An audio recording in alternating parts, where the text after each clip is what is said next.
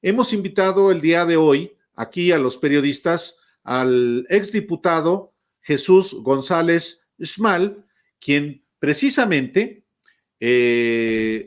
encabezó la comisión investigadora que, pues, ahora sí que investigó, valga la redundancia, las conductas presuntamente irregulares o ilícitas de Manuel Vibriesca Sagún. Y le damos la bienvenida en esta tarde a Jesús González Schmal. Muy buenas tardes, licenciado. Bienvenido a los periodistas. Gracias, Álvaro. Buenas tardes y un saludo muy afectuoso a toda tu audiencia. Gracias. Es verdad. ¿Sí se está escuchando? Se escucha muy bien, diputado. Se escucha muy bien. Qué bueno. Sí, es verdad que la comisión investigadora, tanto la que usted encabezó como la que encabezó también, en la que estuvo Malú Micher, hoy senadora de Morena de Guanajuato, no encontró nada sobre Manuel Vibriesca Sagún? Esto es absolutamente falso. Las pruebas que aportamos fueron contundentes. El IPAF, entonces, que estaba, por cierto, dirigido por quien hoy tiene en quiebra Aeroméxico, Andrés Conesa, conocía perfectamente bien todo el trafique, toda la implementación del fraude que se hizo con la postura que el IPAB hizo una licitación para adquirir activos de diversos bancos y que se estaban subastando en el momento en que se creó el IPAB como un recurso que idearon en ese tiempo de la Madrid y posteriormente Cedillo para salvar, entre comillas, a los bancos. Y fue el caso que una subasta de varios inmuebles, recuerdo ahora, traigo a la memoria, eran unidades habitacionales en Acapulco, otras en San José, en San José de la Paz, Baja California Sur, había también en el sur, en Oaxaca, y muchas otras edificaciones que en conjunto habían sido evaluadas o habían sido tomadas por los bancos como garantías de unos créditos que después no se lograron recuperar y que por lo tanto estaban rematándose por el gobierno a través del IPAB para ver si resarcían a los bancos parte de ese quebranto de la no recuperación de créditos. Y cuando nosotros intervenimos fue porque recibimos justamente la queja de otros quienes habían concurrido a la subasta, a la licitación, y se dieron cuenta pues que estaba perfectamente orquestado el darle el triunfo a los Briviesca Sagún a través, desde luego, de un prestanombres en León, Guanajuato, pero que no lo pudieron disfrazar, puesto que nosotros en la comisión de la Cámara de Diputados logramos obtener una copia del cheque en donde los supuestos ganadores garantizaban la postura para poder concursar en la subasta. Y este cheque estaba girado nada menos que por Manuel Briviesca Sagún, y sin embargo era un pago para garantizar a otro postor, que era un grupo de comerciantes de León, Guanajuato, que ahora voy a refrescar la memoria con cuáles eran. Y con este elemento, con el cheque que nosotros encontramos, dimos cuenta que, de acuerdo con la ley de adquisiciones de aquellos entonces, era imposible darle curso, autorizar la licitación o la postura o a ese postor en la licitación, en el concurso. Y no obstante eso, Andrés Conesa, como presidente del IPAB, o quienes organizaban esas subastas, ya tenían la consigna de Vicente Fox y de Marta Sagún de que los hijos iban a concursar a nombre de otras personas, pero que el dinero del concurso de la primera participación para garantizar la solvencia para el concurso lo iban a aportar los Briviesca Sagún. Esto nosotros incluso lo localizamos porque al volver a revisar todos los documentos de la subasta, advertimos que estaba ese cheque, y que, por cierto, lo más grave de todo fue que aun cuando había sido auditado por la Auditoría Superior de la Federación, no había detectado que existía ese cheque de un tercero respecto de quién estaba concursando, y que por lo tanto era causalidad para desacreditar, para descalificar a ese concursante.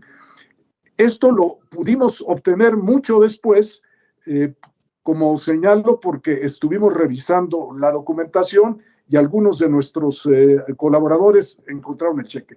Yo me fui inmediatamente a la Auditoría Superior de la Federación y ahí hablé con Arturo González de Aragón, que era el auditor general, y le dije, bueno, aquí está este cheque, aquí está la copia de este cheque, que como usted se está dando cuenta, no califica para que este postor concurse, y mucho menos que se le asigne, que se le adjudiquen los activos de los bancos que se estaban subastando a precios ridículos, porque me acuerdo todavía muy bien, tenían en aquel entonces un avalúo de 1,200 millones de pesos de aquellos entonces, y que la subasta los entregó en adjudicación por 125,000 pesos, es decir, una milésima parte del valor, menos 100 milésima parte. De esta suerte, yo le dije al auditor, bueno, pues aquí está evidente la prueba de que el concurso fue amañado, es un fraude, y el IPAB está cometiendo un fraude contra el patrimonio nacional, porque ya el IPAB, y por cierto hay que decirlo, se había creado para salvar a los bancos, cuando en realidad de la Madrid originalmente generó un fideicomiso de los propios bancos para solventar las carteras que no podía estar recuperando porque o las garantías no existían o no habían cubierto los responsables del crédito las cantidades adeudadas. Pero fue justamente ya después de la Madrid, al final del periodo de la Madrid, ya con Salinas, cuando se crea el IPAB, y después naturalmente se le va a heredar a Vicente Fox. Y el IPAB era nada menos que llevar a la deuda pública nacional los déficit, las pérdidas, los truculentas maniobras que hacían los bancos para generar deudas incobrables. Y estas deudas incobrables se pasaron a la deuda pública nacional, es decir, ya se hicieron una deuda del país, como la que, por cierto, seguimos pagando. Y fue también el canal por la que se subsidiaron, perdón, no sé si con esto contesto la pregunta muy específica de si estaba o no probada el fraude en la subasta en donde los Briviesca adquirieron esos activos. Sí, lo que sigue es, se presentó denuncia ante la entonces Procuraduría General de la República. ¿Qué hizo la PGR en aquel entonces? Bueno, esto fue lo que para mí es sorprendente y vergonzoso. Resulta que el auditor superior nos había dicho que efectivamente configuraba un fraude y era ilícito lo que había ocurrido. Y le dije, bueno, nosotros vamos a hacer la denuncia ante el Ministerio Público Federal por este desfalco. Yo lo que le ruego, auditor, primero, usted debió haber advertido en la auditoría que le hizo al IPAF que existía esa irregularidad. No lo hizo a tiempo, lo estamos nosotros encontrando. Por lo tanto, respáldenos y desde el punto de vista técnico, denos la razón frente al Ministerio Público. Bueno, él me juró y me perjuró que lo haría, que no tenía ninguna reserva para declararlo. El día en que lo cita el agente del Ministerio Público, que por cierto, un abogado joven muy presto para esto, porque allá habíamos mandado incluso a ver los inmuebles y hacer un avalúo paralelo y tener toda el bagaje de lo que era el sustento de la denuncia, el fraude, cómo se había materializado. Ya teníamos nosotros confeccionado perfectamente el expediente.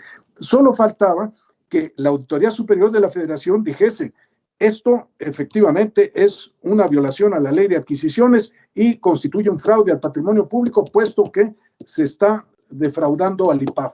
Bueno, a la hora que comparece Arturo González Aragón, de Aragón, nosotros nos tuvimos que salir porque la comparecencia era en privado entre el Ministerio Público y González de Aragón.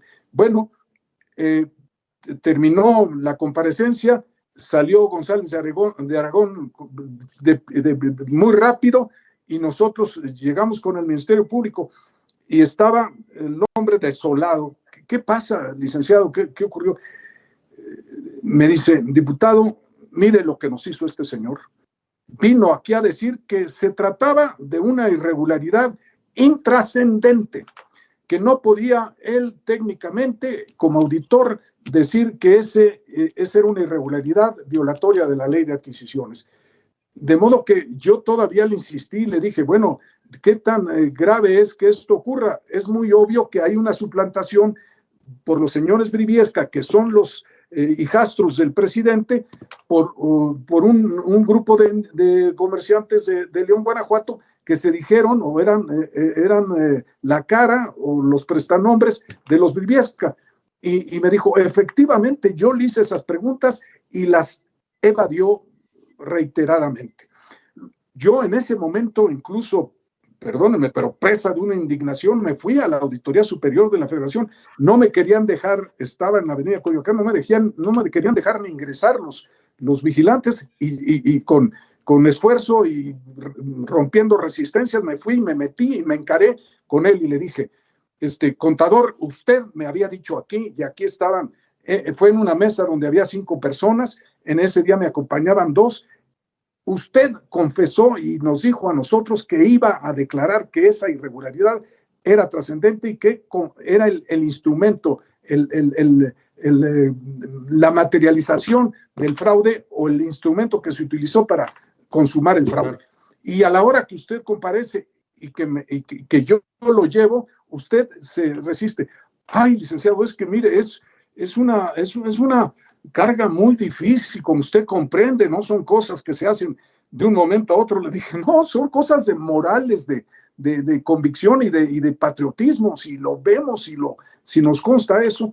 Bueno, para no hacerte muy larga la muy trágica narración, pues Arturo González de Aragón todavía a veces se rasga las vestiduras, que él fue un gran auditor nacional y que encontró muchas irregularidades y que logró un universo de auditorías más amplio que sus antecesores. Exactamente el mismo síndrome de hoy. No, antes no se hacían y ahora lo hicimos, pero ahora lo hicimos peor, pero así es como ocurrieron las cosas.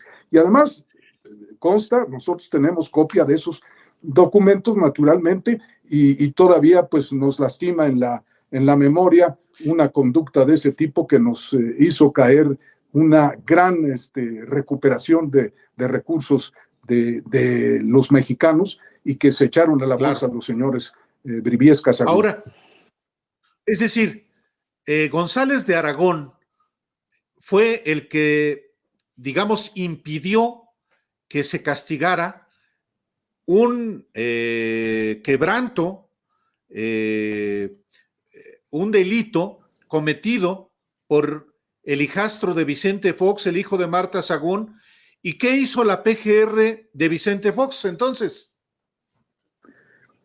Sí, pues mal no recuerdo que estaba Macedo de la Concha, y el Ministerio Público pues quedó desarmado.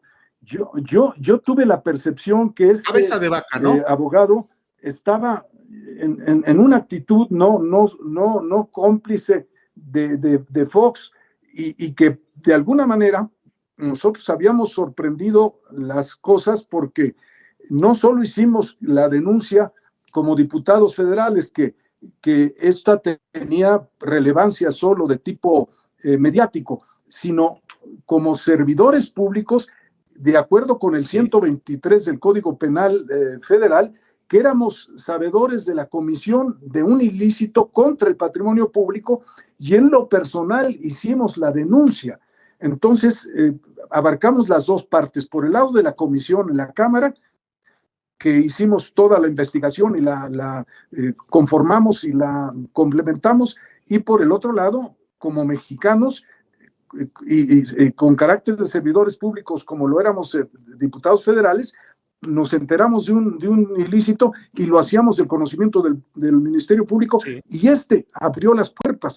Yo no sé si esto trascendió a Macedo de la Concha o si Fox dio la consigna, o el propio Arturo González de Aragón se encargó después de suavizar las cosas arriba, porque el Ministerio Público, de buena fe y con recta intención, había querido hacer las cosas bien.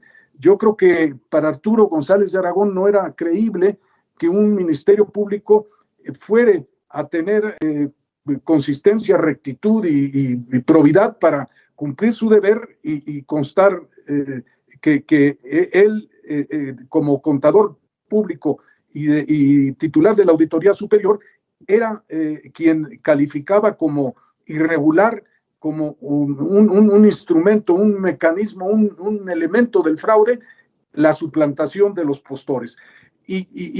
Pero ahí quedó la cosa. Nosotros lo volvimos a llevar a la opinión pública.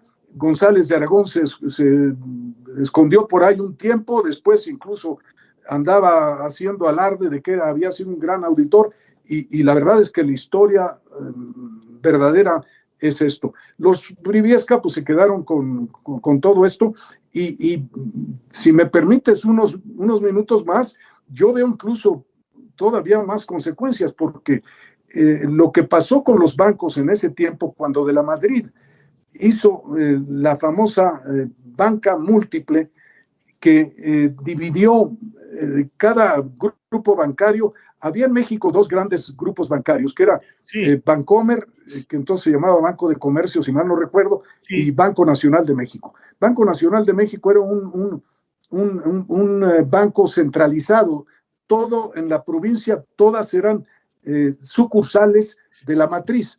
En cambio, el Banco de Comercio tuvo un modelo mucho más moderno y mucho más efectivo, que era cada una de las bancos de cada uno de los estados era un banco propiamente, una sociedad anónima distinta, y tenía consejeros y accionistas de la región, y captaba los recursos de la región y los facilitaba a los usuarios para producir, para generar don Jesús, trabajo, etcétera, en la región.